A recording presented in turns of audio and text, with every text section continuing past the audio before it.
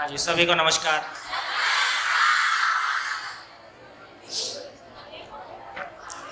चलिए,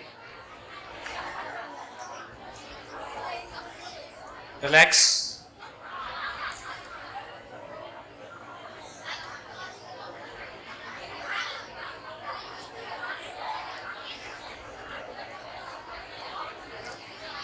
हाँ जी, चलें।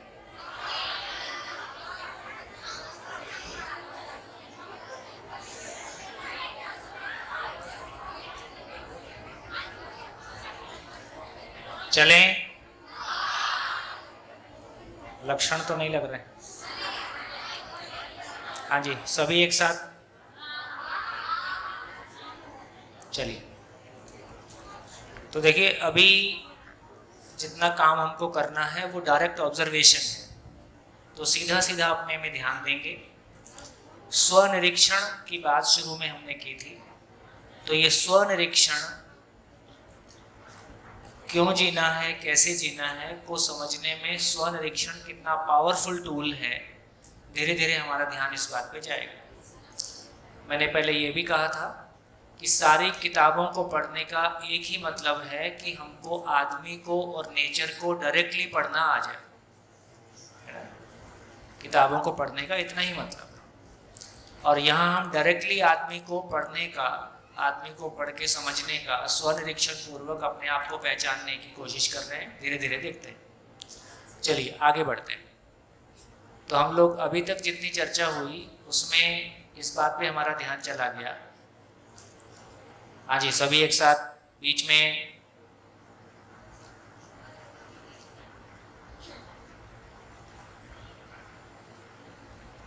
हम चलते हैं तो भी ध्यानपूर्वक, हम बोलते हैं तो भी ध्यानपूर्वक, हम देखते हैं, आंखें खुली हैं और मेरा ध्यान कहीं और चला गया है, तो आंख के सामने जो है वो दिखाई देता है कि नहीं देता है? कभी कभी किताब पढ़ते रहते हो और कुछ और सोचने लगते हो, सामने अक्षर, आंख तो खुली है। यदि आंख खुली है तो रेटिना के ऊपर सामने का चित्र पड़ रहा है कि नहीं पड़ रहा है? पड़ ही रहा है। देखने वाला गायब है, तो कुछ दिखाई नहीं देता है। देखो, जैसे यहाँ से हम निकल के बाहर तक गए, इसका मतलब आंख खुली थी। आंख खुली थी तो हॉल में जो भी कुछ था सबका चित्र रेटिना के ऊपर पड़ा है, लेकिन मुझको क्या दिखाई देता है? सब दिखाई देता है जो मैं देखना चाहता हूं।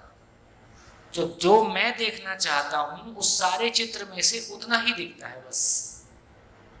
बाकी के बारे पूछो क्या था, पता नहीं। मेरा ध्यान, फिर मैं क्या बोलता हूं, मैंने देखा नहीं कि मेरा ध्यान नहीं गया, मेरा ध्यान नहीं गया। इससे ये समझ में आया कि चाहे आंख है, चाहे नाक है, चाहे कान है, इसे बिना मुंह के बोल सकते हैं क्या?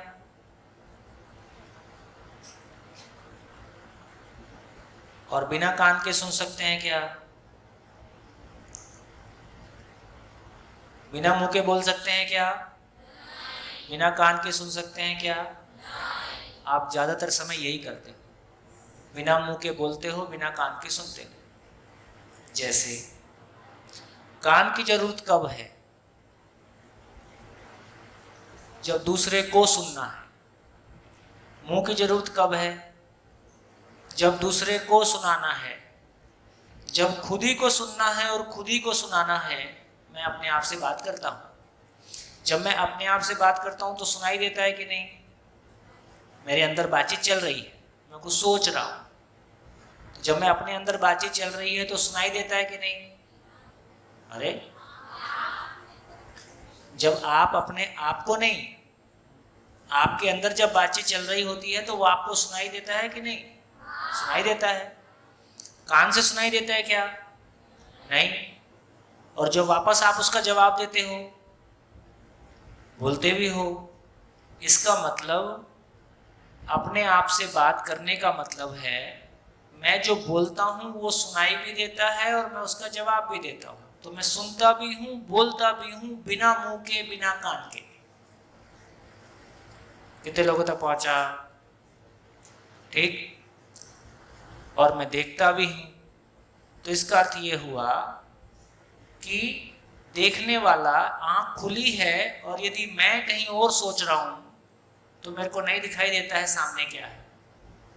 तो क्या बोलते हैं, आंख फाड़ के देखो कि ध्यान से देखो? ध्यान से देखो, ध्यान से चलो, ध्यान से बोलो। इसका मतलब सभी जगह में, जब तक ध्यान का मतलब मैं, जब तक मैं वहां नहीं हूं तब तक कुछ पता नहीं चलता है। इसलिए कहा कि टांग भी टूट गई, उस समय मैं वहां नहीं था, कुछ और सोच रहा था, उस बीच में टूट गई। तो जब तक मुझको मेरा ध्यान वहां पे नहीं जाता है तब तक दर्द का पता भी मुझको नहीं चलता है। तो ये सारे एग्जाम्पल से धीरे धीरे हम ये डिफ्रेंशिएट कर पा रहे हैं, उस अंतर को महसूस कर पा रहे हैं कि मैं और शरीर दो अलग अलग एंटिटी है। मैं शरीर के माध्यम से व्यक्त होता हूँ, लेकिन शरीर नहीं है तो भी मैं हूँ ही। इसको धीरे धीरे और समझेंगे। हमने ये भी अभी तक की चर्चा में पाया कि शरीर का जन्म होता है, ये हमने देखा है। शरीर बच्चा है, शरीर बूढ़ा है, शरीर जवान है, शरीर मर गया, ये भी हमने देखा है। ठीक है। लेकिन क्या कोई हम में से विलिंगली मरना चाहता है? जो 70 साल का है वो भी नहीं मरना चाहता। तो उसके पीछे कारण समझ में आया कि मैं ऐसी चीज ही नहीं हूं जो मरती है, इसलिए मरने की स्वीकृति मुझ में आता ही नहीं है। मुझ में जीने की ही स्वीकृति आता है, मरने की स्वीकृति नहीं आता है। हाँ, शरीर मरता है ये स्वीकृति आता है। तो शरीर मरने वाली चीज है, मैं नहीं मरने वाली चीज हूँ। इस एहसास ये अभी हमारे को थोड़ा सा तर्क में आता है, थोड़ा सा एहसास में आता है, लेकिन जैसे जैसे ये हमको स्थिर हो जाएगा, इसी को हमने कहा कि हाँ मैं कोई अमर चीज है, धीरे धीरे इसको पहचानेंगे। और आगे चलते हैं।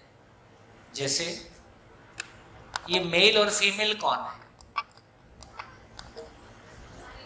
मैं मेल और फीमेल हूं, मैं स्त्री और पुरुष हूं कि शरीर स्त्री और पुरुष है? शरीर स्त्री और पुरुष है, मैं ना स्त्री हूं ना मैं पुरुष हूं। हाँ, ऐसे ही है बेटा, ऐसे ही है। मैं स्त्री या पुरुष नहीं हूं। कैसे बोले इस बात को? ये जो मैं की सारी चाहत है, मैं की चाहत मतलब निरंतर सुख की चाहत। जैसे मैं बोलूं कि कौन पहले समझेगा, गोरा कि काला? तो ध्यान देगा। कौन पहले समझेगा, स्त्री के पुरुष? कौन पहले समझेगा, 20 साल का कि 80 साल का? 5 फुट का कि 6 फुट का? ठीक। इसका मतलब समझने के मामले में शरीर का कोई लेन देन नहीं है, शरीर से जुड़ी हुई चीज ये नहीं हुई। इसका अर्थ ये हुआ, इसका अर्थ ये हुआ कि शरीर मेल है या फीमेल है? शरीर 20 साल का है कि 80 साल का है? शरीर गोरा है कि काला है? तो शरीर कैसा भी है, बात निकल के आई कि ध्यान देगा तो समझेगा। इसका मतलब ध्यान देने वाली चीज कौन है, शरीर है कि मैं हूं? मैं हूं। और मेरी चाहत कैसी है? सभी मानव सुख की निरंतरता चाहते हैं, तो सभी मानव सुख की निरंतरता चाहते हैं। इसमें शरीर चाहता है कि मैं चाहता हूं? मैं चाहता हूं। सभी मानव विश्वास के साथ जीना चाहते हैं, तो महिला ज्यादा विश्वास के साथ जीना चाहती है कि पुरुष? दोनों। मैं सम्मान पूर्वक जीना चाहता हूं, तो महिलाओं को ज्यादा सम्मान की जरूरत है कि बच्चों को ज्यादा जरूरत है कि पुरुष को ज्यादा जरूरत है? सभी को। तो जो मैं की आवश्यकताएं हैं, समझ, विश्वास, सम्मान, क्लैरिटी, कॉन्फिडेंस, भय से मुक्ति, है ना, असुरक्षा से मुक्ति, दुख से मुक्ति, इस रूप में स्त्री पुरुष सब समान है कि नहीं? इस रूप में हम सभी समान हैं। इससे ये पता चला कि मैं एक अलग एंटिटी हूँ, मैं एक अलग एकम हूँ, मैं शरीर नहीं हूँ।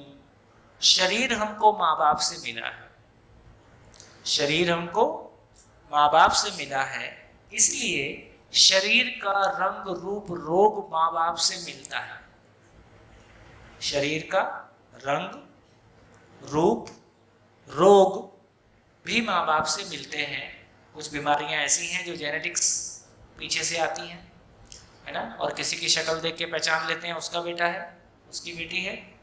तो शरीर का रंग रूप रोग माँ बाप से मिलता है, लेकिन आचरण आचरण आचरण माँ बाप से मिले ऐसा जरूरी नहीं है। आचरण, बच्चे का आचरण माँ बाप से बेहतर हो सकता है या कुछ भी हो सकता है, या माँ बाप बहुत श्रेष्ठ आचरण के हैं, इसका मतलब बच्चे भी उतने ही श्रेष्ठ आचरण के होंगे, ऐसा जरूरी नहीं है। आचरण मतलब, अभी के लिए आचरण का मतलब है धन के प्रति दृष्टिकोण, स्त्री पुरुष संबंध के प्रति दृष्टिकोण, और मानव और प्रकृति के साथ व्यवहार करने के लिए हमारा दृष्टिकोण। इसको अभी आचरण बोले। इसका मतलब है ये जो आचरण नाम की चीज है, ये जीवन की मौलिकता है। ये माँ बाप से गर्भ से नहीं मिलता, जेनेटिकली आचरण ट्रांसफर नहीं होता। जेनेटिक्स क्या चीज है? जेनेटिक्स का इतना ही मतलब हुआ कि दो रसायन माँ बाप से मिले और माँ के गर्भ में दो रसायन मिलेंगे तो उससे क्या तैयार होगा? दो रसायन के मिलने से एक बच्चा भ्रूण के रूप में तैयार होगा। आचरण कौन सी चीज है? आचरण तो भाव है, आचरण तो समझ है। तो ये आचरण लिक्विड से होके नहीं आ जाता है ना? आचरण जीवन की मौलिकता है, वो जीवन की समझ है, उसको और चर्चा करेंगे। लेकिन अभी की चर्चा में क्या निकला, और आगे चलते हैं। तो ये तो पता चल गया कि बच्चा माँ बाप के संयोग से माँ के गर्भ में उपलब्ध होता है, पशु में भी होता है, मानव में भी होता है। फिर ये मैं कहाँ से आता है? ये मैं नाम की चीज, ये माँ बाप से बनता है। ये माँ बाप से बनता है। जब मैं के बारे में बोला कि मैं में सोचने समझने की क्षमता असीम है, मैं की सारी आवश्यकताएं सीमित है कि असीम है? असीम है। मैं की सारी आवश्यकताएं असीम है, मैं की सारी क्रिया असीम है। क्रिया असीम का मतलब, रात को सो जाते हैं तो विचार चलता है कि बंद हो जाता है? चलता है। तो विचार तो 24 घंटे चलता है।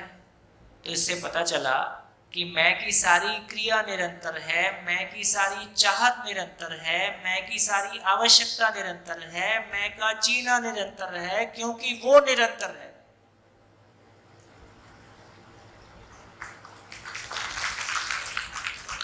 अमर है। इससे पता चला, ये भी पता चला कि शरीर भौतिक रासायनिक है, और मैं नाम की चीज यदि भौतिक रासायनिक होती तो उसकी क्रिया निरंतर नहीं हो सकती, उसकी आवश्यकता निरंतर नहीं हो सकती, उसकी चाहना निरंतर नहीं हो सकती। इसका मतलब वो भौतिक रासायनिक नहीं है। यदि भौतिक रासायनिक नहीं है तो माँ बाप से पैदा नहीं हुआ। तो अभी के लिए जैसे अस्तित्व में बहुत सारे परमाणु हैं, लोहे का परमाणु है, एल्युमिनियम है, गोल्ड है, प्लेटिनम है, और दुनिया भर के बहुत सारे 108 परमाणु हैं। जिस प्रकार अस्तित्व में बहुत सारे परमाणु उपलब्ध हैं, उसी प्रकार एक और चीज उपलब्ध है, ये जीवन नाम की एंटिटी, ये मन नाम की एंटिटी। ठीक? और जब गर्भ में, लगभग मानव गर्भ में 4.5 महीने के आसपास जब ब्रेन डेवलप हो जाता है, तब कोई जीवन उसको चलाना शुरू कर देता है, कोई जीवन उस शरीर को स्वीकारता है। जीवन किसी शरीर को चलाता है, जीवन किसी शरीर को चलाता है तो वो ब्रेन के माध्यम से चलाता है। जैसे जैसे 2 एग्जाम्पल लेते हैं।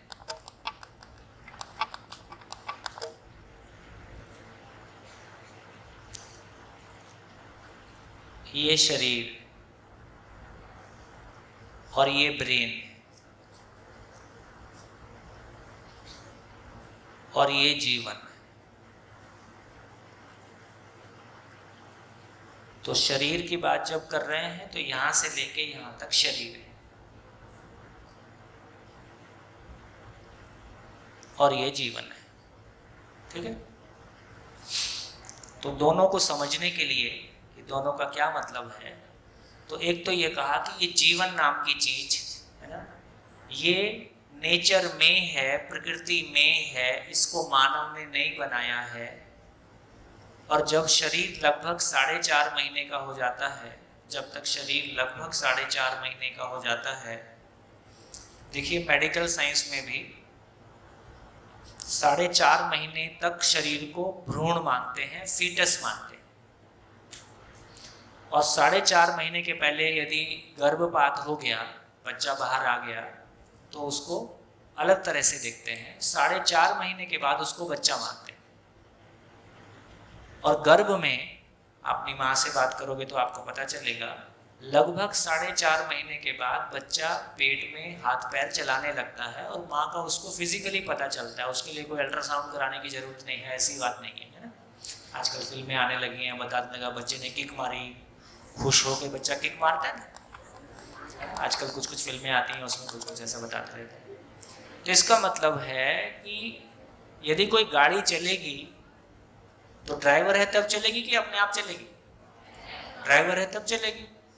तो 4.5 महीने तक वो बच्चा गर्भ में, वो बच्चा नहीं है, अभी फीटस है, भ्रूण है ना, उसमें खून बहता है, बाकी काम हो रहे हैं, लेकिन जो जीवन नाम की चीज है अभी वो उसको चलाता नहीं है, इसलिए वो हिलता डुलता नहीं है।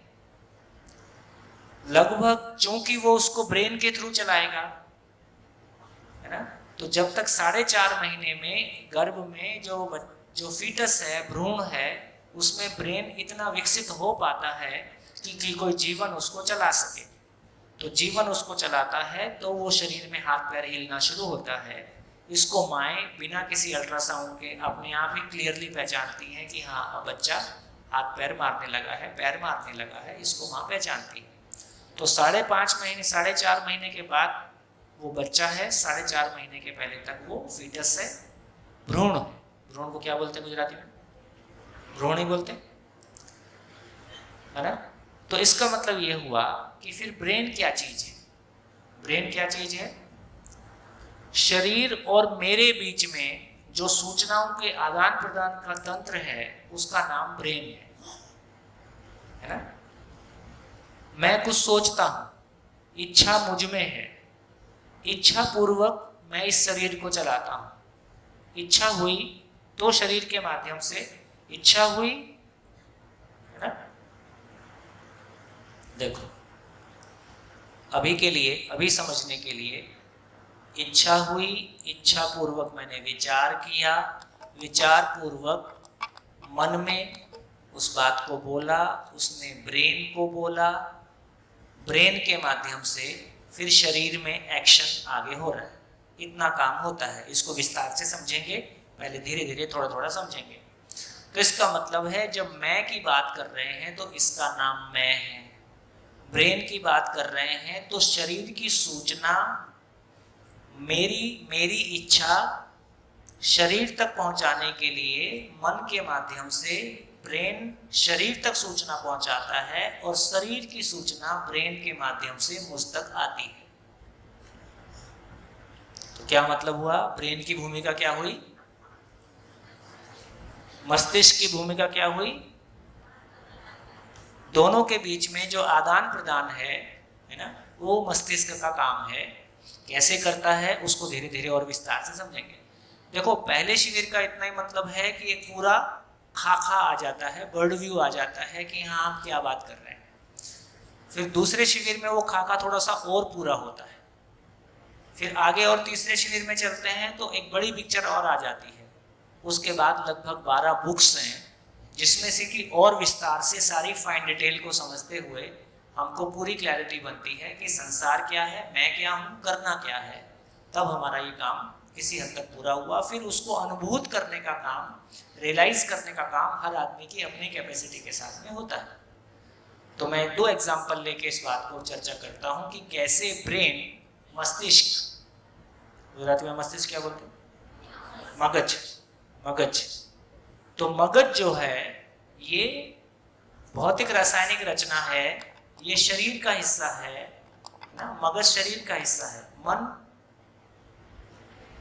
मन को गुजराती में क्या समझते हैं? मन ही समझते हैं, है ना। तो मन जो है वो जीवन का हिस्सा है, वो भौतिक नहीं है। मगज भौतिक रासायनिक है, ऊपर से ट्रक निकल जाए तो पिचक जाएगा, ठीक। तो ये क्लैरिटी बनी। तो मैं 2 एग्जांपल लेता हूं। एक एग्जांपल ये कि मच्छर ने काटा, दूसरा एग्जांपल किसी ने अपशब्द कहे, गाली दिया। तो दोनों का आदान प्रदान कैसे होता है? जैसे मच्छर ने काटा शरीर पे, तो मुझको कैसे पता चलता है?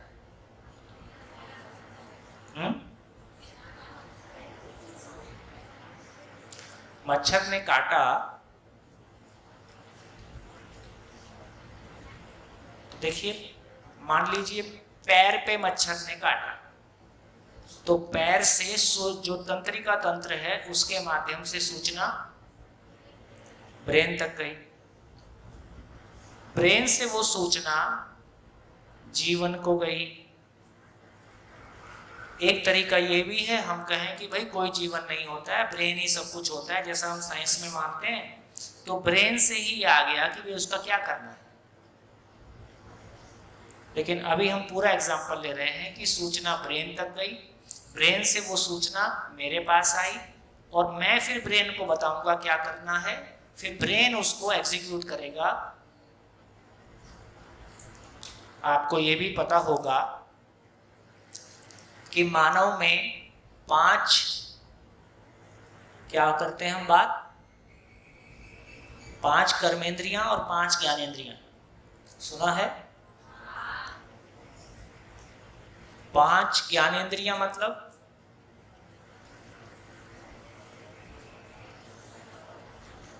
5 ज्ञानेंद्रियां और 5 कर्मेंद्रियां।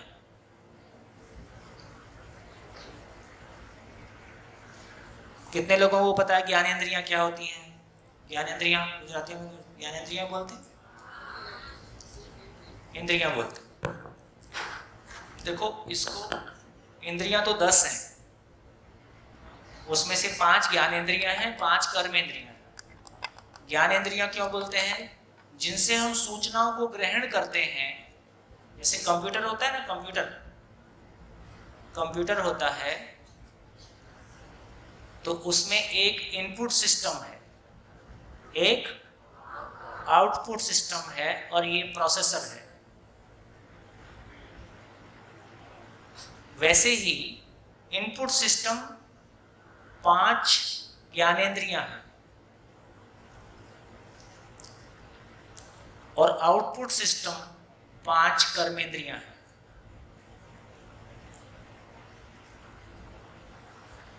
ज्ञानेंद्रियां अधिकांश को पता होता है। ज्ञानेंद्रियां मतलब आंख, नाक, कान, जीवा और त्वचा, है ना। शब्द, स्पर्श, रूप, रस और गंध, 5 सेंसेस, ये लगभग सबको पता होता है। कर्मेंद्रियां 60-70% को पता नहीं होता है। कितने लोगों को पता है कि 5 कर्मेंद्रियां कौन सी होती है? देखो, सन्नाटा हो गया, सन्नाटा है, सन्नाटा। तुमको पता है? बोलो।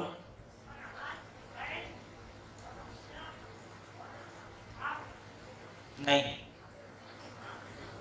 आंख तो उसमें आ गया। हाँ जी, बोलो बेटा, आप क्या बोलते हैं? पता है तो बोलो। 5 के 5 तो नहीं पता, पर 2 पता है, हाथ और पाँव। देखो, 5 कर्मेंद्रियों का मतलब है हाथ, पैर,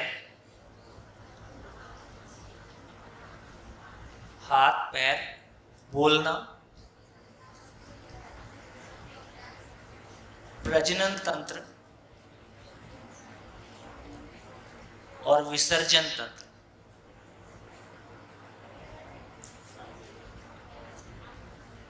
विसर्जन तंत्र, मलमूत्र का विसर्जन करते हैं, ये भी एक कर्म है। प्रजनन तंत्र, ये भी एक कर्म है।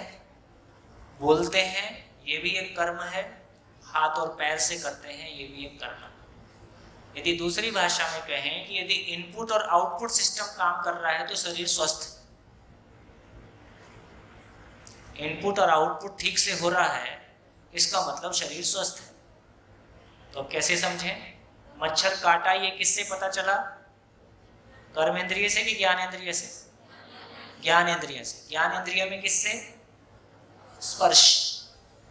तो स्पर्श से सूचना ब्रेन को गई और ब्रेन में वो सूचना जीवन को गई। अब जीवन में स्मृति है।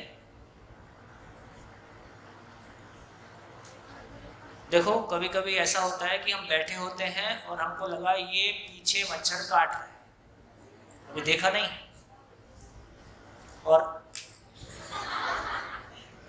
उसका लाश देख के कितनी खुशी होती,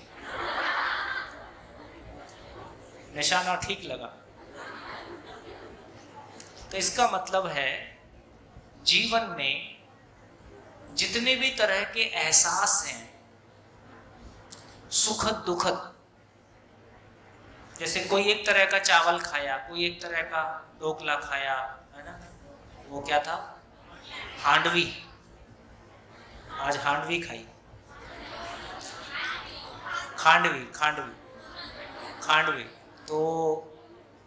तो कोई कोई चीज का स्वाद हमारे भीतर, जैसे आपको भी ऐसा ध्यान में होगा, हमारे बचपन में जब हम गांव जाते थे तो जो आलू की सब्जी का स्वाद था और जो कढ़ी बनती थी और जो उड़द की दाल यहाँ भी बनती होगी, वो सारे स्वाद ही गायब हो गए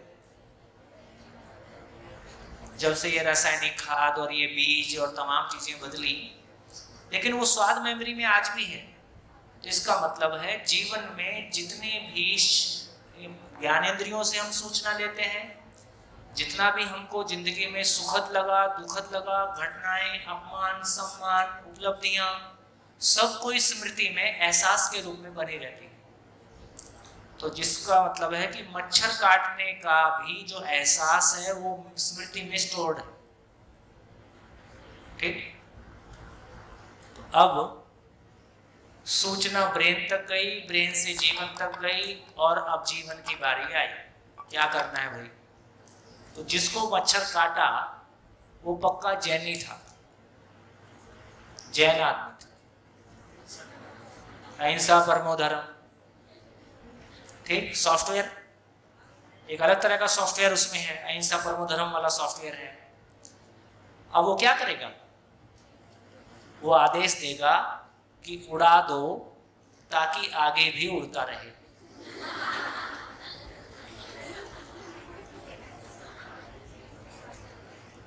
दूसरी बार में मच्छर का दुर्भाग्य था कि उसने जिसको काटा वो सरदार था। अब क्या होगा?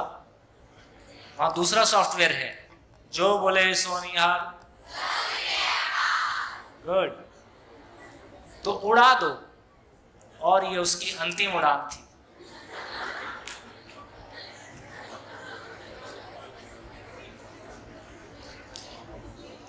इसका मतलब क्या हुआ? देखिए, हम लोग बायोलॉजी में पढ़ते हैं रिफ्लेक्स एक्शन, पढ़ते हैं ना, 10वीं क्लास में तो आ जाता होगा। इसका मतलब मच्छर काटने जैसी घटना भी रिफ्लेक्स एक्शन है या बिल्कुल निर्णय पूर्वक किया गया काम है? रिफ्लेक्स एक्शन का मतलब है कि गर्म चीज पे हाथ लगाया, अपने आप से हाथ पीछे आ गया, तो ये है प्रतिक्रिया। कुछ चीजें हैं जो ब्रेन के लेवल पे एग्जीक्यूट हो जाती है। तो जितनी भी मैकेनिकल चीजें हैं उसमें जीवन तक जाने की जरूरत नहीं पड़ती, ब्रेन के लेवल तक भी कुछ चीजें हैंडल हो जाती हैं, जिसमें से रिफ्लेक्स एक्शन एक चीज है। लेकिन मच्छर के काटने से उस आदमी की मान्यता पूरी तरह से काम करती है कि मारना है कि उड़ाना है, और यदि मच्छर काट भी रहा है तो मेरे भीतर भाव और विचार की स्थिति उस समय क्या रहेगी। ऐसा नहीं कि मारना ही हिंसा है। यदि अपने भीतर भी हिंसा प्रतिक्रिया पैदा हुई तो हिंसा हो गई। यदि पक्का जैनी होगा तो ऐसा देखेगा। इसका मतलब ये हुआ कि इस छोटी सी घटना में भी आदमी की मान्यताएं पूरी तरह से काम कर रही हैं। मान्यताएं शरीर में रहती हैं कि मान्यताएं जीवन में होती हैं, ये सोचने की बात है ना। तो देखो, यदि आज भी संसार सबसे अधिक डरता है तो किसी विचार से डरता है। बम और मोबाइल से नहीं डरता है, वो विचार से डरता है। कार्ल मार्क्स ने एक विचार दिया, तमाम किसी और ने ताओ, वो क्या चीन का क्या था, माओवादी नहीं होते हैं, नक्सली, अभी आपने नहीं पढ़ा है, माओवादी, माओ का एक विचार था। तो इसका मतलब है कि यदि एक विज्ञान की धारणा ये कहती है कि कोई मन और जीवन कुछ नहीं होता है, ब्रेन होता है, ब्रेन में केमिकल लोचा होता है, उसकी वजह से भाव पैदा होता है। सुना है, पढ़ा है कि नहीं? नहीं पढ़ा है, पढ़ा है, चलो सुना होगा कहीं। एक समानता दुनिया के सभी धर्मों में है। दुनिया के सभी धर्मों में एक समानता है कि वो शरीर से अलग किसी सत्ता को स्वीकार करते हैं जो शरीर को चलाता है। उसका नाम रूह है, उसका नाम आत्मा है, उसका नाम स्पिरिट है, उसका नाम कुछ और है। ये समानता सभी धर्मों में है। अब हमको ये पहचानना है, ऑब्जेक्टिवली पहचानना है, ऑब्जर्वेशन के साथ पहचानना है, अनुभूति पूर्वक पहचानना है कि भाई सच्चाई क्या है। तो तर्क पूर्वक ऑब्जर्वेशन के साथ हम चीजों को धीरे धीरे धीरे धीरे समझेंगे। क्या चर्चा कर रहे थे? क्या चर्चा कर रहे थे? कि मान्यता शरीर में रहती है कि जीवन में रहती है। यदि मान्यता ब्रेन में होती, यदि मान्यता ब्रेन में होती, ब्रेन मतलब सोडियम, पोटेशियम, मैग्नीशियम, आयरन, शरीर में क्या तत्व होते हैं? शरीर में वही तत्व होते हैं जो 108 हम पढ़ते हैं। यदि मान्यता ब्रेन में होती है ना, तो फिर ये जैन मान्यता, बौद्ध मान्यता, एक ही आदमी एक शरीर यात्रा में कितने धर्म बदल सकता है? जितने चाहे उतने। मैं एक व्यक्ति से मिला, हापुड़ में शिविर हो रहा था, मेरे को नहीं पता आप लोग कोई उसमें थे कि नहीं थे। उसमें एक सन्यासी आए, 80 साल के आसपास की उम्र हो गई। वो इंडियन एयरफोर्स में पायलट थे, और वो जो कार्गो होता है, ये C-17 टाइप है ना, जो सामान लेके जाता है, सेना का विमान, उसको चलाते थे। तो उन्होंने अपनी कहानी सुनाई। किसी समय में वो फ्लाइट लेके जा रहे थे और अचानक फ्लाइट का इंजन फेल हुआ। क्या हुआ? तो उन्होंने देखा कि सामने पहाड़ी है और अब ये विमान उससे ऊपर उठ ही नहीं सकता, तो जाके सीधी टक्कर मारेगा। और उसमें इजेक्शन की सीट भी नहीं होती है। जो फाइटर रहता है उसमें यदि इस तरह का कोई खतरा आता है तो बटन दबा के सीट उसकी निकल जाती है। जो सामान ढोने वाले होते हैं और यात्री ढोने वाले होते हैं उसमें वो इजेक्शन की सीट नहीं होती, पायलट बाहर नहीं निकलता है। तो कुल मिला के मौत पक्की। तो ये स्वीकारते हुए कि अब मौत पक्की है, आंखें बंद कर लेते हैं, और ऐसे समय में आदमी बेहोश हो ही जाता है। कुछ देर बाद उनकी जब नींद वापस होश आता है तो देखा तो जिंदा हूँ। तो वो उनका फ्लाइट, वो प्लेन एक झील में पड़ा था। तो वो जो पहाड़ सामने था उसके पीछे में झील थी। अब उन्होंने कहा कि मेरा सारा टेक्निकल ज्ञान ये कहता है कि ये फ्लाइट जाके सीधी पहाड़ को टक्कर मारेगी, उठने की अब कोई संभावना उसमें नहीं थी क्योंकि इंजन फेल हो चुका था। अब ये कैसे ऊपर उठा और जाके झील में गिरा? तो बोले उस घटना के बाद मेरा पूरा जीवन बदल गया। एयरफोर्स से रिजाइन किया और फिर वो कहीं ना कहीं ईश्वर और परमात्मा और है ना, कोई तो शक्ति है जो काम करती है, ऐसा उनका मन घूम गया। तो फिर उन्होंने अलग अलग धर्मों को पढ़ के देखा। तो उन्होंने अपनी हिस्ट्री सुनाई कि उन्होंने 4 धर्मों की किताबें नहीं पढ़ी।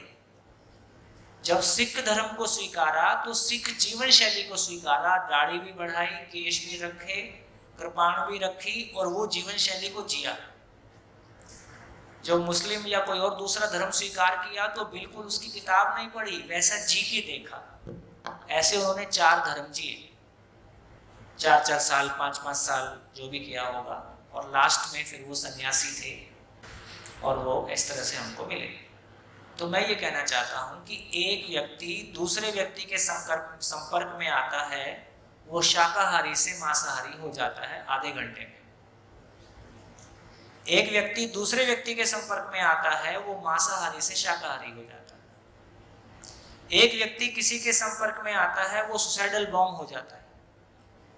एक व्यक्ति किसी के संपर्क में आता है, वो बढ़िया आदमी हो जाता है, घटिया आदमी हो जाता है। तो आदमी के ऊपर सबसे बड़ा प्रभाव व्यक्ति का है, विचार का है या केमिकल का है। यदि हम ये मानते, यदि ऐसा होता कि मानव केवल ब्रेन से संचालित होता, और ब्रेन का मतलब केमिकल, यदि मानव केवल ब्रेन से संचालित होता, ब्रेन का मतलब केवल केमिकल है, तो सास बहू की लड़ाई का इंजेक्शन अलग होता, उत्साह की कमी का इंजेक्शन अलग होता, बोरियत का अलग होता, पति पत्नी के झगड़े का तो बिल्कुल अलग होता। तो इससे ये पता चलता है कि आज भी केमिकल काम नहीं करता है आदमी पे, विचार काम करता है, किसी का आचरण काम करता है। गांधी जी से मिलने वालों की संख्या तो बहुत कम थी। मेरे को लगता है 2 बुक्स हैं जिन्होंने गजब का काम किया है।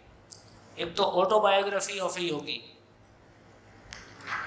वो शायद किसने पढ़ी होगी आप में से, ऑटोबायोग्राफी ऑफ ए योगी, क्रिया योग पद्धति की एक बढ़िया किताब है।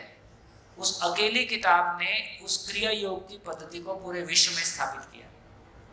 और मेरे को लगता है दूसरा गांधी जी की बायोग्राफी। कोई भी जब जिंदगी में उसका क्वेश्चन खड़ा होता है ना, तो गांधी जी को पढ़ता ही है। तो मेरी जिंदगी में भी जब मैं जॉब छोड़ा तो गांधी जी को पढ़ा, और तमाम कहीं गांव मन को छू गया, जीवन की सार्थकता छू गई, सच्चाई छू गई। तो हम उस व्यक्ति से मिले नहीं, लेकिन उसकी किताब भी इतना प्रभाव डालती है। किताब में कुछ लिखा ही तो हुआ है, आखिर ये किसी चीज का लिखा हुआ इतना प्रभाव क्यों डाल देता है? इससे ये सिद्ध होता है। देखो और भी अच्छे एग्जाम्पल हैं। ज्ञान किसकी जरूरत है? शरीर की जरूरत है। ज्ञान शरीर की जरूरत है। शरीर तो कोशिकाओं से, क्या कोशा, कोश, शरीर तो कोश से मिलके बना है। तो कोश को कौन से ज्ञान की जरूरत है ना? मेरे जीने का पर्पस क्या है? ये तो कोश की जरूरत नहीं है। कोश की जरूरत होती तो पशु को भी जरूरत होती, तो कोश को जरूरत नहीं है। इसका मतलब है हिमालय में 30 साल से आदमी -20 डिग्री टेम्परेचर में पड़ा है। क्या चीज की तलाश में भाई? ये किसकी तलाश है? यदि मानव केवल शरीर होता तो वहां वो जिस चीज की तलाश में पड़ा है वो उसकी जरूरत ही नहीं है ना? दूसरों को न्याय दिलाने के लिए, दूसरों की जिंदगी में कोई बेहतर परिणाम लाने के लिए आदमी अपनी पूरी जिंदगी लगा देता है। उसको क्या मिलता है? शरीर को तो नुकसान ही है। मैं ही आपके साथ लगा रहा हूँ, नानू भाई पूरी जिंदगी लगाए हैं, और भी हमारे मित्र हैं। ये सारे दिन बोलना बहुत थकाने वाला काम है, बहुत ऊर्जा लगती है ऐसा बोलते हैं, पैसा भी नहीं मिल रहा है, तो क्यों किया जाए? इसका मतलब है उससे कोई बड़ी चीज मिलती है। उससे कोई जो बड़ी चीज है, वो जो आत्मसंतोष है, वो जो जीवन की सार्थकता है, वो जो जीने का पर्पस है, वो जो दूसरे की आंखों में जो खुशी आती है, उसको देख के जो अच्छा लगता है, ये शरीर की आवश्यकता है, ये ब्रेन की आवश्यकता है कि मेरी आवश्यकता है? ये मेरी आवश्यकता है, ये शरीर की आवश्यकता नहीं है। ऐसा तमाम जब हम अपने में सोचने की प्रक्रिया को लगाते हैं, मानव में सोचने समझने की क्षमता है। पशु और मानव में इतना ही अंतर है कि मानव में सोचने समझने की क्षमता है, और खाने पीने में सोचने की क्षमता को लगाना सोचने की क्षमता का पूरा सदुपयोग नहीं है।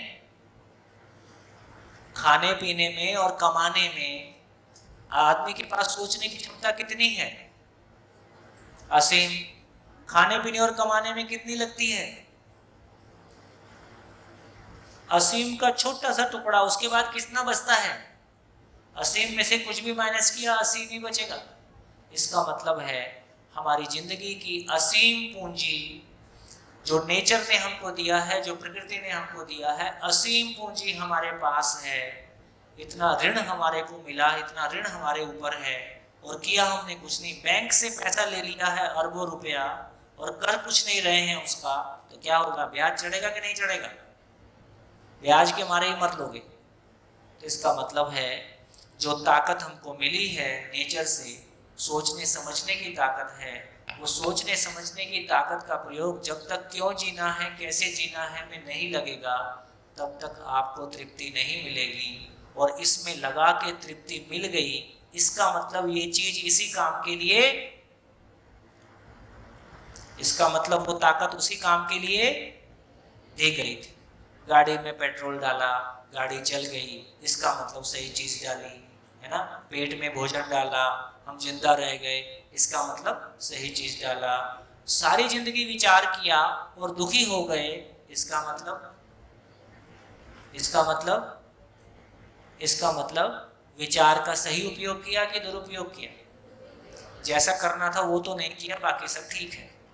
इससे ये पता चला कि विचार की ताकत को प्रयोग किए बिना, अब जितनी बात मैं आपके सामने कह रहा हूँ, ये कोई रॉकेट साइंस है कि अपने बारे में सोचना है? मैं जो भी कुछ कर रहा हूँ उसको सोचना है, जो भी कुछ कर रहे हैं उसको ऑब्जर्व करना है कि ये क्या हो रहा है, कैसे हो रहा है, तो हमको पता चलेगा।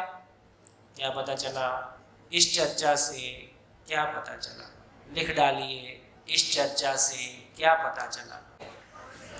पहुंची वाले हाथ उठाओ, नहीं पहुंची वाले हाथ उठाओ, बाकी नीचे कर लो। पहुंची तो सही, लेकिन उस पे मेरे बोलने से नहीं होगा। जब तक ये चर्चा आपके अंदर चलने लगेगी, तब हमको अपने में रिजल्ट दिखाई देगा कि हाँ ये तो मेरे को ठीक लग रहा है, ये तो मेरे को स्वीकार हो रहा है, तो वो कॉन्फिडेंस आपको आएगी। तो सारी चर्चा करने का इतना ही मतलब है कि ये चर्चा आपके भीतर चलना शुरू हो जाए।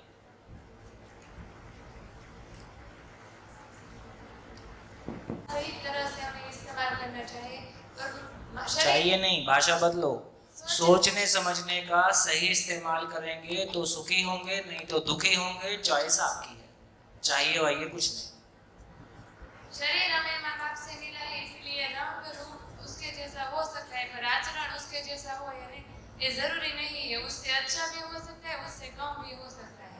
और मृत्यु शरीर की होती है, मन अमर है, क्योंकि शरीर हमें माँ बाप से मिला है और मन हमें नेचर यानी कि प्रकृति से मिला है, इसलिए उसकी वो अमर है।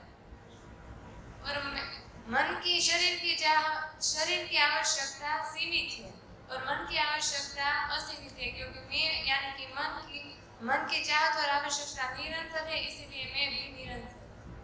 गुड, ये लॉजिक पकड़ा। क्यों उसको अमर बोल रहे हैं, क्यों उसको निरंतर बोल रहे हैं, बढ़िया। और हाँ जी, आप कुछ कहना चाह रहे थे पीछे? बेटा पहले उनको ले लें, बहुत देर से बोल रहे हैं। जी जी, थोड़ा माइक ऊपर कर लो। अपनी चर्चा हुई कि अपनी मेमोरी, स्मृति जो है वो जीवन में होती है, जीवन में भी है, और फाइनली जब हम जी रहे होते हैं तो ब्रेन पे वो प्रोसेस्ड रहता है। अच्छा, तो ब्रेन में मेमोरी होती है। हाँ, मतलब यदि ब्रेन पे मेमोरी नहीं आएगी तो ये हमारा जीना जितना सिंक्रोनाइज्ड है वो हो नहीं पाएगा। तो ब्रेन की वो मेमोरी, जीवन की स्मृति में टोटल मेमोरी है, उसमें बहुत लंबा चौड़ा जुगाड़ है। उसका वो पार्ट जो मेरे अभी जीने के लिए आवश्यक है, जो मेरे रोज़मर्रा की ज़िंदगी का आवश्यकता बनता है। जैसे आप देखो, यदि आप किन्हीं लोगों से रोज़ मिलते रहते हो तो उनके नाम आपको याद रहते हैं, और कोरोना काल हो गया, 8 महीने कुछ नहीं हुआ, तो बहुत सारे लोगों के नाम भूलने लगे। तो जिन चीज़ों की आवश्यकता नहीं है वो गायब होना शुरू हो जाता है। तो जिसको हम कह रहे हैं कॉन्शियस सबकॉन्शियस, तो जो कॉन्शियस माइंड है, जो हमारी रोज़मर्रा की जीवन शैली है, उतनी की आवश्यकता वाली मेमोरी ब्रेन पे प्रोसेस्ड रहती है पैरेलल, उसके साथ हमारा जीना बनता है। हाँ जी, अब मानवीय शरीर साथ में लेकर आता है, मगर भाव और विचार साथ में लेकर नहीं आता। हाँ, साथ का मतलब शरीर का जो भी मामला है वो माँ बाप के साथ जेनेटिकली आता है। जन्म से हमको रंग रूप रोग मिल सकता है, जन्म से आचरण नहीं मिलता। उसमें हम चेंज कर सकते हैं, वो पॉसिबल है। किसी का रूप, रंग, शरीर, वो सब में भेद दिखता है, मगर जो उसको समझ में दूसरा को। शरीर एक मशीन है, मन उसको चलाने वाला ऑपरेटर है। जो भाव और विचार रूपी उसमें पेट्रोल डाला जाए तो जिंदा रहना जीना हो सकता है। चलिए मान लेते हैं आपकी बात। हाँ जी, और मुझे ये क्वेश्चन में कंटिन्यूएशन थोड़ा करना था। मतलब जीवन का तो मैं ज़्यादा समझ नहीं पाया हूँ और या मानने में थोड़ा दिक्कत हो रहा है, इसीलिए उस पर ज़्यादा बात नहीं करूँगा। लेकिन ब्रेन में जब हम साइंस की तरफ से देखें तो उसमें कहा गया है कि शॉर्ट टर्म मेमोरी और लॉन्ग टर्म मेमोरी होती है। और ये भी सुना गया है कि मतलब कई लोगों ने ये प्रूव किया है कि ब्रेन में जो मेमोरी है वो कभी लूज नहीं होती। हम कभी कुछ भूल सकते नहीं है, भले ही वो एक बहुत एक जगह पे वह चली जाए जहाँ से हम एक्सेस नहीं कर सकते, लेकिन वो रहती हर पल होती है। एक बार अगर मैं कुछ याद कर लूँ तो वो मैं कभी भूल नहीं सकता। क्या करें, करना क्या है इससे क्या निकला? नहीं तो ब्रेन की मेमोरी के बारे में मुझे वो क्वेश्चन। ठीक है, ब्रेन में मेमोरी होता ही है, उसमें कोई दिक्कत नहीं। उम्र के साथ साथ देखो, जो बुजुर्ग होते हैं, जैसे ही उम्र बढ़ती है और एक लेवल के बाद में मेमोरी श्रिंक होती, ब्रेन श्रिंक होता है और बुढ़ापे में वो बचपने वाली मेमोरी उभर जाती है और जो वर्तमान वाली मेमोरी है वो लूज होती है। ये बुजुर्गों में कॉमन फैक्टर दिखाई देता है। इसका मतलब है कि ब्रेन का अपने आप में एक केमिकल है ना, फिजिकल केमिकल रियलिटी है। यदि उसमें कम ज़्यादा होगा तो मेमोरी में कम ज़्यादा होगा। अभी हमारा मुद्दा ये नहीं है, मुद्दा हमारा इतना ही है कि मैं एक अलग एंटिटी है कि नहीं है। मानव केवल ब्रेन है और शरीर है, या कोई मैं नाम की एंटिटी है जो शरीर को, जो ब्रेन के माध्यम से शरीर को चलाता है। ब्रेन ही शरीर को चलाता है या मैं ब्रेन के माध्यम से शरीर को चलाता हूँ, इसको समझने की कोशिश कर रहे हैं। हाँ जी, और कोई बात, और कोई चीज आपके ध्यान में आई? हाँ,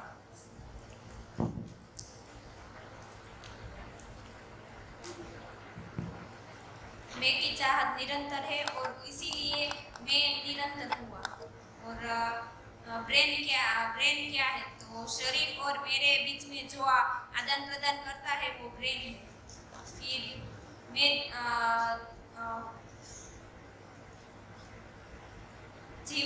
जीवन किसके माध्यम से चलता है? तो ब्रेन के माध्यम से चलता है। और जीवन ब्रेन के माध्यम से नहीं चलता। जीवन अपने सूचनाओं को, जीवन जो कहना चाहता है ब्रेन के माध्यम से शरीर से करवाता है। अभी जैसे आपने तय किया कि मेरे को बोलना है, ये किसने तय किया? जीवन ने तय किया, शरीर ने तय किया? मैंने तय किया, जीवन ने तय किया, मन ने तय किया। फिर तय किया तो फिर क्या किया? जो तय कर रखा था जीवन ने, उसको ब्रेन के माध्यम से मुंह से बोलना शुरू किया। तो तय भी मैं बोलना है, ये मैं निर्णय लेता हूँ। क्या बोलना है, ये भी मैं निर्णय लेता हूँ। और जो बोलना है वो भी मैं ही बोलता हूँ। अपने मन ही मन बोलता हूँ तो मुंह की जरूरत भी नहीं है। जब दूसरों को सुनाना है तो मुंह का प्रयोग कर लेता हूँ। मैं ही सोचता हूँ, मैं ही देखता हूँ, मैं ही बोलता हूँ, है ना। आवश्यकता अनुसार शरीर का प्रयोग करता हूँ। और ब्रेन हमारा प्रोसेसर है और इनपुट 5 ज्ञानेंद्रिय है और आउटपुट 5 कर्मेंद्रिय। कर्मेंद्रिय है। गुड। हाँ जी, माइक म्यूजिक। हेलो जी, ये तो समझ में आ गया कि जीवन है, जीवन माइंड को चलाता है, क्योंकि सबको एक जैसे माइंड मगज है, सभी एक वर्तन एक जैसे नहीं होते, इसलिए कुछ तो अलग है। पर मुझे ये समझ में नहीं आया कि जीवन अमर है, मरने की साहस नहीं होती हमको। तो जो आत्महत्या करते हैं उसको तो मरने की साहस होती है ना, तो उसका क्या होता है? नहीं तो फाइनल देखो, एक तरफ हम बोलते हैं आत्मा अजर है, अमर है, मरता नहीं है, फिर बोले आत्महत्या होती है, तो थोड़ा सा तो लोचा मरने हो की गया। साथ होती है तो तो कुल ये मिला के वो बात है। शरीर को मार के, अपने आप को शरीर को मार के उस समस्या से मुक्त हो जाऊंगा ऐसा मान के कर लेता है। हुआ कुछ और उल्टा रहता है और बड़ी समस्या गले पड़ गई होती। आवेश में ऐसा कर पाता है। हाँ जी, जितनी चर्चा मैंने आपके सामने की उससे क्या निष्कर्ष आप तक पहुंचा, उसमें कोई कंफ्यूजन है तो उसको बोलो। हाँ जी। मुझे ये समझना है कि ये हम लोग पृथ्वी पे आते हैं तो अलग अलग भाषा सीखते हैं। मैं भी कोई एक भाषा सीखता हूँ, तो वो मैं सीखता हूँ ब्रेन से सीखता है, कैसे कम्युनिकेशन सीखता है? देखो, फाइनली सीखने का काम मैं ही कर रहा हूँ। भाषा मैं ही सीखता हूँ और मैं ही तय करता हूँ कि मेरे को सीखना है कि नहीं सीखना है। जैसे मेरा जन्म यूपी में हुआ, बचपन पूरा पंजाब में भी, हरियाणा और पंजाब में भी था, और दिल्ली में पढ़ाई, ये हरियाणा, पंजाब, दिल्ली और महाराष्ट्र में पढ़ाई हुई, और मैं काम करने के लिए छत्तीसगढ़ और कई राज्यों में गया। लेकिन मेरा ऐसा प्रवृत्ति है कि मेरे को भाषाओं में रुचि नहीं है। मेरे को एक ही भाषा आती है, हिंदी। मैं कई सारी भाषाएं सीखूं ऐसी मेरी बहुत रुचि नहीं है। जैसे मैं जिस गांव में रहता हूं उस गांव की भी अपनी एक लोकल लैंग्वेज है, तो मेरे को उसमें भी कोई रुचि नहीं आती। तो मेरे को एक भाषा मैंने सीख लिया, हिंदी में बोलता हूँ मैं। जैसा यहाँ बोलता हूँ वैसे ही घर में बोलता हूँ, वैसे ही बाहर बोलता हूँ। कुछ लोग होते हैं जिनकी भाषा को सीखने की प्रवृत्ति होती है और बहुत जल्दी कोई भाषा पकड़ लेते हैं। इसका मतलब है कि एक भाषा की जरूरत तो सबको है अपने आप को व्यक्त करने के लिए, लेकिन अब अन्य भाषाओं के प्रति आपकी प्रवृत्ति कैसी होगी और कितनी आप जल्दी पकड़ोगे कि नहीं पकड़ोगे, ये सब आपकी जीवन की स्वीकृति पे निर्भर करता है कि वो क्या करना चाहता है। तो वो ब्रेन की मेमोरी में जाता है? नहीं, जीवन की ही प्राइमरी पे, फाइनली जीवन में जाएगा। फिर ब्रेन जब भी वो यूज करेगा तो ब्रेन के माध्यम से प्रोसेस हो रहा है, लेकिन फाइनली जीवन में ही मेमोरी है। भाषा से लेके तमाम सारी चीजें, केवल कुछ चीजों को छोड़ दें जो बहुत शरीर से जुड़ी हुई हैं, है ना, भोजन का, भूख का, और ये कुछ कुछ चीजों का, गरम ठंडा का, जो रिफ्लेक्स एक्शन वाली बात हम करते हैं, जो बहुत मैकेनिकल एक्शंस हैं, उनको छोड़ दें, बाकी सारी चीजें जीवन में चली जाती हैं। और फिर ब्रेन पे प्रोसेस, जितना काम कर रहे होते हैं उतनी मेमोरी ब्रेन पे प्रोसेस रहती है। इसलिए हम जीवन और शरीर मिलके बिल्कुल एक तालमेल में दिखाई देता है, नहीं तो एक तालमेल दिखना इतना आसान नहीं है। दो अलग अलग चीज होते हुए देखिए क्या अद्भुत नेचर का, क्या अद्भुत डिजाइन है। हम एक माँ से पैदा होके जिंदगी भर झगड़ा करते हैं। हम एक माँ से पैदा होके जिंदगी भर झगड़ा करते हैं, और नेचर का डिजाइन देखिए, जीवन और शरीर दो अलग अलग एंटिटी है, दो अलग अलग एकम है। शरीर माँ के गर्भ में तैयार हुआ, 4.5 महीने का जब उसमें ब्रेन विकसित हो गया तो कोई जीवन आके उसको चलाना शुरू करता है। उस जीवन की अपने संस्कार हैं, उसकी अपनी जर्नी है, यात्रा है। ये दो अलग अलग चीजें हैं, और दो अलग इस तरह से एक हो जाती है कि जिंदगी भर उसकी चर्चा करने के बाद भी हवा नहीं लगता है कि ये कोई दो अलग अलग चीजें हैं। इतना एकरूपता, इतना आपस में सामंजस्य, इतना तालमेल। तो ये जो इतना तालमेल है, इसी को हमको क्लैरिटी से अपने में ऑब्जर्वेशन से ज्ञानपूर्वक इसी को देखना है कि ये दो अलग अलग रियलिटी है, क्योंकि दोनों की आवश्यकता अलग है, दोनों की आवश्यकताओं को पूरा करने का तरीका अलग है, दोनों के पूरा करने का सामान अलग है। इस बात पे ध्यान गया? वो गलत है तो रिकॉल होता है हैं? कभी कभी हम लोग मेमोरी रिकॉल भी करते हैं, जैसे आपने 8 महीने का टाइम दिया, वापस में रिकॉल, थोड़ा माइक ऊपर कर लीजिए। वो रिकॉल भी हम लोग करते हैं कभी कभी, रिकॉल करते हैं, तो वो मन करता है ब्रेन से, जीवन ही करता है, ब्रेन उसको प्रोसेस करता है, ओके, रहता मन में ही है। रहता मन में। जैसे सिंपल सी बात देखें, नेताओं को नाम याद रखने का अभ्यास होता है। जो भी पॉलिटिकल लोग मिलेंगे उनमें ये कॉमन क्वालिटी पाई जाती है कि वो हजारों लोगों को बाय नेम याद रखते हैं। आपके गांव में आएंगे, तुरंत आपका नाम लेके बोलेंगे, आपको लगता है यार मेरे को इतना याद रखा, तो मैं भक्त हो जाता हूं। नाम से किसी आदमी को याद रखना उसके साथ अपनेपन को व्यक्त करने का एक पावरफुल तरीका है। तो इसका मतलब है जिसने जिस चीज को महत्वपूर्ण माना है, मेमोरी के बारे में कहते हैं ना किसी की मेमोरी, तो मेरी मेमोरी में क्या रहेगा जिसको मैं महत्वपूर्ण मानता हूँ। मैं 1 महीना भी बोलूंगा मेरे को कुछ भी किताब देखना नहीं पड़ेगा, मैं इसमें धारा प्रवाह जहाँ तक 1 महीना 2 महीना ऐसे चल सकता हूँ, क्योंकि मैंने इसको इम्पोर्टेंट माना है। अब मेरे से कुछ और चीजें पूछोगे तो हो सकता है उसमें मेरा ध्यान नहीं है, वो मेरे को याद भी नहीं रहता है। तो जिस मानव ने जिस चीज को महत्वपूर्ण माना है उसकी मेमोरी उसके पास रहती है ना? शरीर में रूप रोप रंग माँ बाप से मिलते हैं। आचरण भाव और समझ है। आचरण में धन के प्रति दृष्टिकोण, स्त्री पुरुष के प्रति दृष्टिकोण, मानव और प्रकृति के प्रति दृष्टिकोण। शरीर भौतिक और रासायनिक है। जीवन ब्रेन के माध्यम से चलता है। सूचना का आदान प्रदान का तंत्र यानी भ्रूण। जीवन अमर है। 10 इंद्रियां है, उनमें 5 ज्ञानेंद्रिया और 5 कर्मेंद्रिया है। उनमें इंद्रिया यानी इनपुट, उसमें आँख, कान, नाक और स्पर्श और जीभ का समावेश होता है। और 5 कर्मेंद्रिया यानी आउटपुट, उनमें हाथ, पैर, बोलना, प्रजनन तंत्र और विसर्जन का समावेश होता है। हाँ बोलो। अभी तक हमने देखा ये जो इंद्रिय द्वारा जो इनपुट होता है उसका आउटपुट मेरे द्वारा यानी कि जीवन के द्वारा कर्मेंद्रिय द्वारा होता है। यानी कि जो जो जीवन चाहता है वो शरीर से करवाता है, मगर शरीर में कुछ कुछ क्रिया ऐसी है कि उसके ऊपर जीवन की भी नहीं चलती। हाँ, जैसे कि मुझे मरना है तो मुझे पता है कि अगर मेरा हृदय बंद हो जाएगा तो मैं मर जाऊंगा, ठीक है, मगर मेरी नहीं चलती। मैं नहीं कह सकता हृदय को भी बंद हो जा, मुझे निकल जाना है। तो ये कौन करता है? गुड।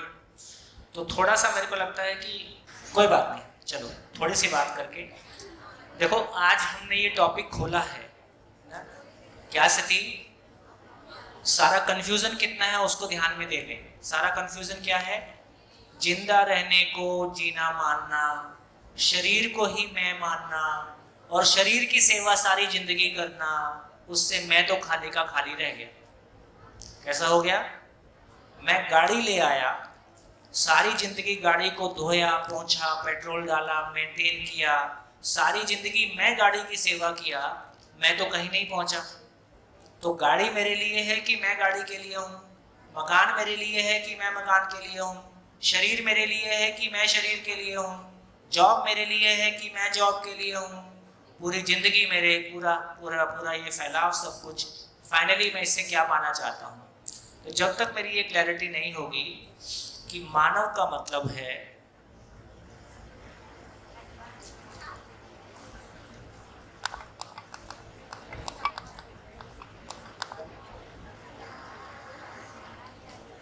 तो मानव के बारे में पता चला, इसको और धीरे धीरे ठीक से देखेंगे। मानव का मतलब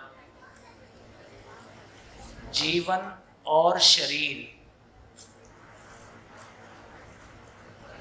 का, इसकी टेक्निकल जो शब्द यूज करेंगे, संयुक्त साकार रूप। दोनों का संयुक्त है, जॉइंट एक्सप्रेशन है, साकार रूप है। जीवन और शरीर के साथ साथ होने का नाम मानव है। जीवन नाम की चीज, जैसे अनेक प्रकार के परमाणु है, वैसे ही जीवन भी प्रकृति में है। जीवन भी प्रकृति में है। मैं जीवन हूँ, इस शरीर को चलाता हूँ, जैसा चाहता हूँ वैसा चलाता हूँ, जिस पर्पस, जो मेरी समझ है उस पर्पस के लिए चलाता हूँ। जैसे मेरे को समझ में आ गया नक्सली हो जाऊँ तो मैं नक्सली हो जाता हूँ, शरीर का इस्तेमाल करता हूँ।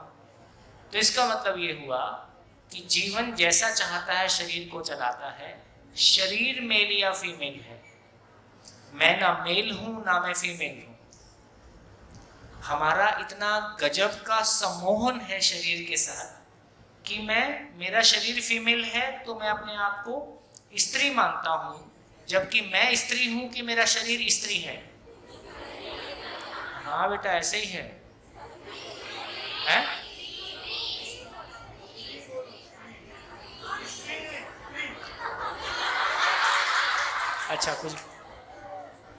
अच्छा, और क्या बोलते हैं?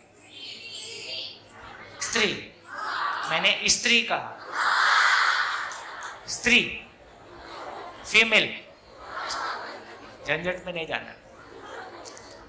तो देखिए, अब अपने आप को यदि ये सारा खेल ऑब्जर्वेशन का ज़्यादा है, सीधे सीधे अपने आप को ऑब्जर्व करने का ज़्यादा है, जितना हम अपने आप पे ध्यान देंगे, अब कल सुबह तक जब आप लौट के आओगे, थोड़ा सा खाते पीते उठते बैठते सोते अपने आप पे ध्यान दो, है ना। ये भाव और विचार, मैं क्या हूँ? भाव और विचार। भाव और विचार स्त्री है कि पुरुष है? उधर छोड़ दो, उधर मत जाओ, है ना। भाव और विचार मेल है कि फीमेल है? भाव और विचार मेल फीमेल नहीं है। तो मैं ना मेल हूं ना मैं फीमेल हूं, मैं तो भाव और विचार हूं, मैं तो समझ हूं, मैं तो ना समझ हूं, मैं तो सुखी होता हूं, मैं तो दुखी होता हूं। ठीक है, ये शरीर मेल या फीमेल है।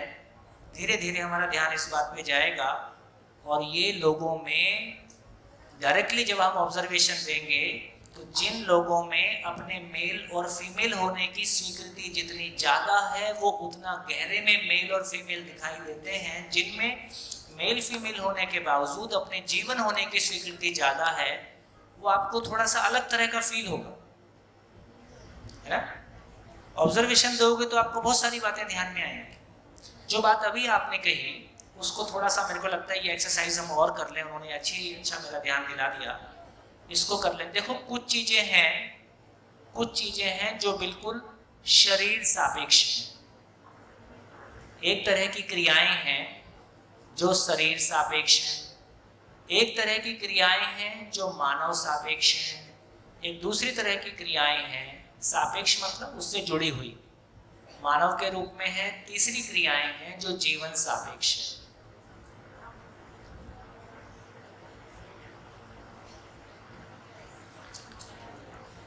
जैसे मानव सापेक्ष क्या है?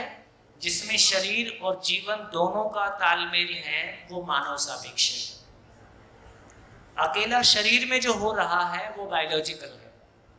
जैसे नाखून का बढ़ना, किसमें आएगा? शरीर। बाल का बढ़ना, हाइट का बढ़ना, पाचन होना, ठीक। तो इससे हमको पता चला कि कुछ क्रियाएं हमारे भीतर ऐसी हैं। सांस का चलना, अब सांस चलने में अच्छी बात है कि सांस चलने में हमारी जिम्मेदारी ज़्यादा नहीं है, अपने आप चलती रहती है, लेकिन मैं प्रयास पूर्वक रोक सकता हूँ।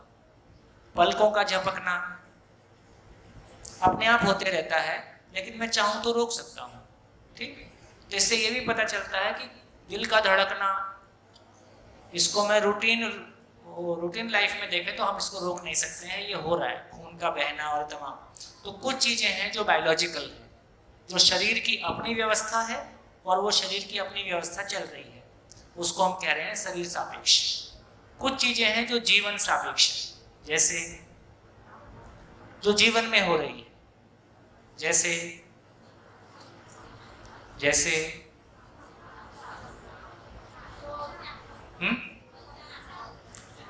विचार, इच्छा, संकल्प, समझ, उत्साह, स्नेह, विश्वास, ऐसे जितनी भी चीजें हैं ये सारी जीवन में हैं। समझ, ये सारी उधर है। शरीर है तो भी होता है और नहीं है तो भी होता है, उसको आराम से समझेंगे। मानव के बोलेंगे तो क्या बोलेंगे? मानव के लिए बोलेंगे तो क्या आएगा? कौन सी क्रिया आएंगी?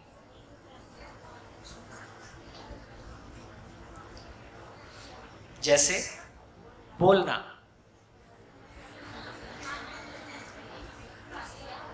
मैं तय करता हूं कि ये बोलना है और शरीर से व्यक्त करता हूं। अब आप बताओ क्या क्या आएगा? और चलना, लिखना, खाना खाना, सोना, गुस्सा करना, चुगली चुगली खेलना, नहीं आएगा? चुगली चुगली मानव में आएगा कि जीवन में आएगा? मानव में आएगा, और घर बैठे बैठे किसी के बारे में बुराई सोचते रहना वो जीवन में आएगा। तो देखना अब कब क्या कर रहे हो। तो इन तीनों घटनाओं से हम ये देख सकते हैं कि क्या मानव के रूप में हम कर रहे हैं, क्या शरीर में हो रहा है और क्या मुझ में हो रहा है, ऐसा हम देख सकते हैं। बढ़िया।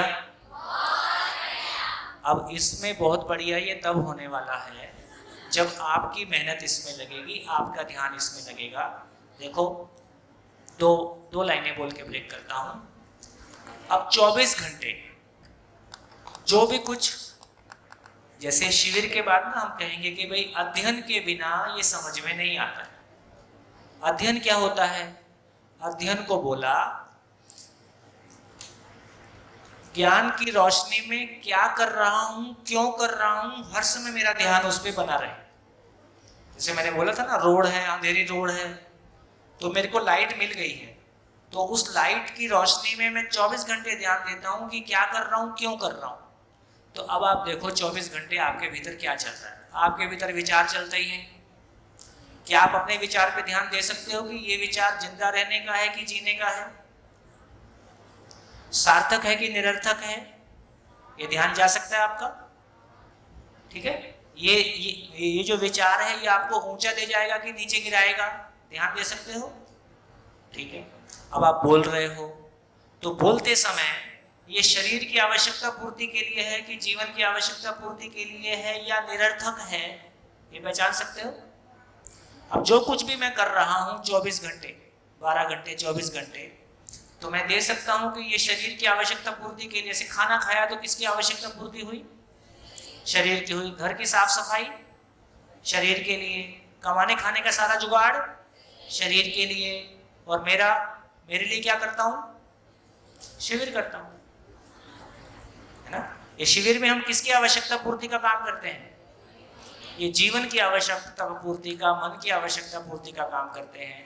ऐसा हर समय मैं अपने में देख सकता हूं कि मैं जीवन की आवश्यकता पूर्ति का काम कर रहा हूं कि शरीर की आवश्यकता पूर्ति, दोनों की आपूर्ति का काम नहीं कर रहा हूं तो निरर्थक काम कर रहा हूं, और वो आपको नीचे की ओर ले जाएगा।